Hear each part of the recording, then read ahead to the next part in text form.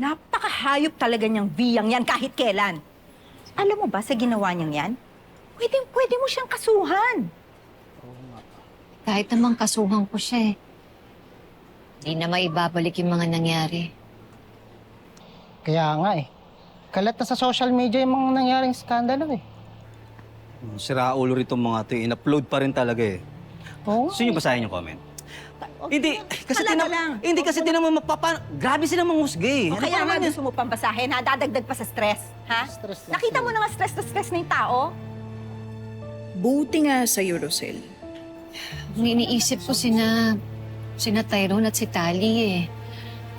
Ayokong makaladkad sila sa iskandalong to. Pati na rin si Darius. Ano nang sasabihin ng mga kakilala niya? Na pinagtaksilan ko siya? Alam mo, napakasama talaga nung paratang ng Via na yan eh.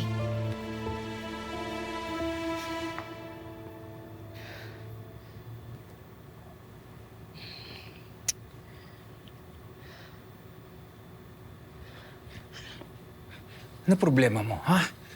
Bakit sinugod mo si Rosel? Bakit mo ginawa yon?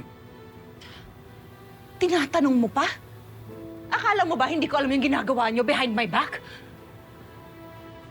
Look, wala kaming ginagawang masama. Wala? Wala? Eh, lagi mo nga pinupuntahan si Rosel?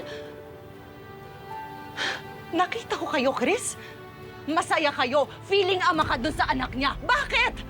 Alam mo, umaandar yung pagdududa mo! Wala kaming ginagawang masama. Gumagawa ka lang ng issue eh. Gawa ako ng issue? Kitang-kita ko, Chris.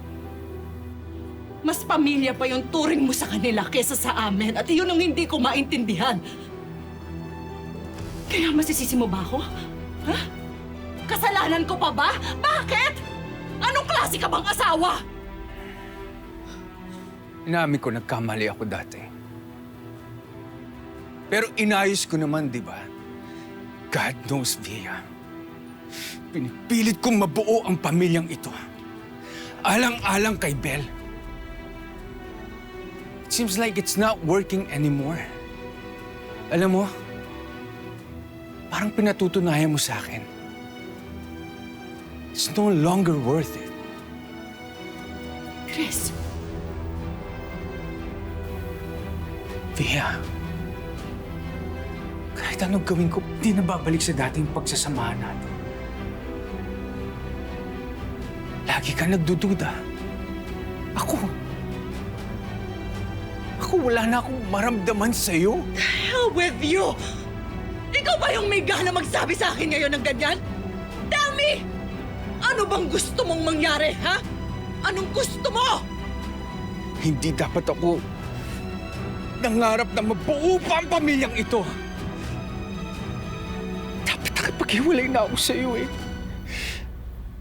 Dapat nakapaghiwalay ako, maghiwalay na tayo! Pwede maghiwalay na tayo, Via! Yes. Pagkatapos ng lahat ng sakripisyo ko, ipinaglaban ko lang naman yung pagmamahal ko sa'yo, pero eto pa yung igaganti mo sa akin! It's no longer working between us. Matagal na. Chris, mahal kita. No. Via, huwag mong sabihin niya. Huwag mong sabihin niya dahil ang mahal mo yung sarili mo. Ang mahal mo yung pera mo. Ang mahal mo yung kayamanan mo. Yan ang mahal mo. Wala kang utang na loob. Ang sabihin mo, hinahanapan mo lang ako ng butas dahil gusto mo i-justify ang pakikipagrelasyon mo kay Rosel. Rosel ka ng Rosel eh. It has nothing to do with her. Walang kinalaman si Rosel dito. Meron tayong problema, hindi mo ba nakikita yon? Matagal nang gumuho ang pundasyon ng pamilyang ito. Matagal na at aaminin ko sa'yo. Pumapasok sa isip ko na sana si Rosel na lang. Sana si Rosel na lang sa... Ayop ka! Ang kapal na mukha mo sabihin yan! Ang kapal na mukha mo!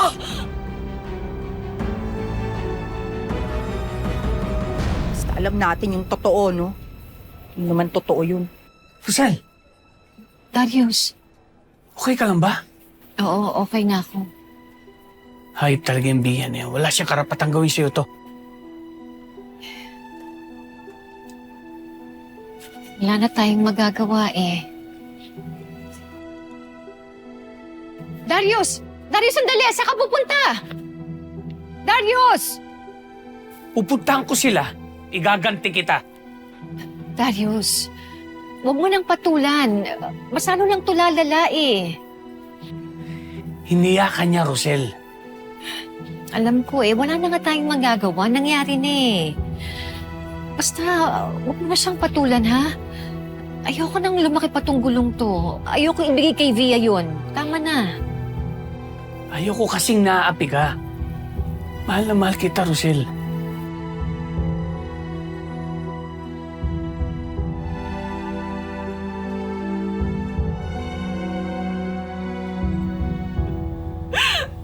Sana nga hindi mo na lang ako binalikan noon. Pero siguro ginawa mo yun dahil may pera pa ako. Pero ngayon wala na akong silbi sa'yo, di ba? Wala na akong pakinabang sa'yo dahil naghihirap na tayo. Kaya iiwan mo na lang din ako. Via, kilala mo pagkatao. Hindi ako natatakot bumalik sa pinanggalingan ko. Ilang beses ako nakiusap sa'yo. Kahit yung nawawalan na tayo ng pera. Kahit lugi na yung negosyo, ano yung pakiusap ko sa'yo? Okay lang yan. Basta magkasama tayong pamilya, di ba? Basta buo tayo. Ang importante, meron tayong oras sa isa't isa. Tinanggap mo ba yun? Hindi, di ba? Dahil ang nasa utak mo, puro pera. Yan ang totoo! So kasalanan ko pa din. Kasalanan ko na naman. Ako! Ikaw pa yung may gana ngayon na manumbat ng ganyan. Napaka-ingrato mo! Pagkatapos kang pulutin sa putik ng daddy ko! Ay sabihin mo, ginamit mo lang talaga ako para makaangal ka sa buhay! Wala kang kwenta! Wala kang utang na loob!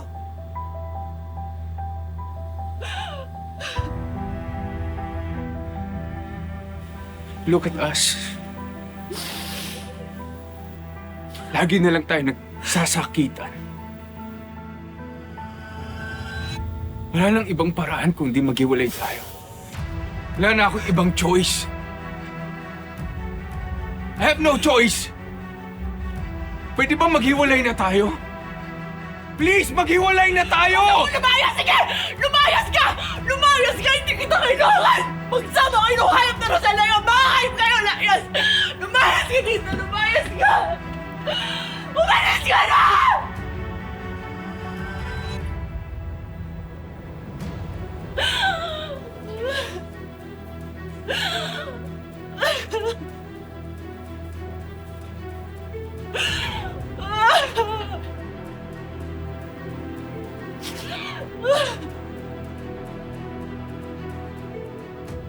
Ano tinitingin-tingin mo dyan?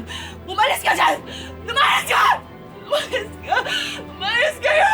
Lumayas kayo lahat!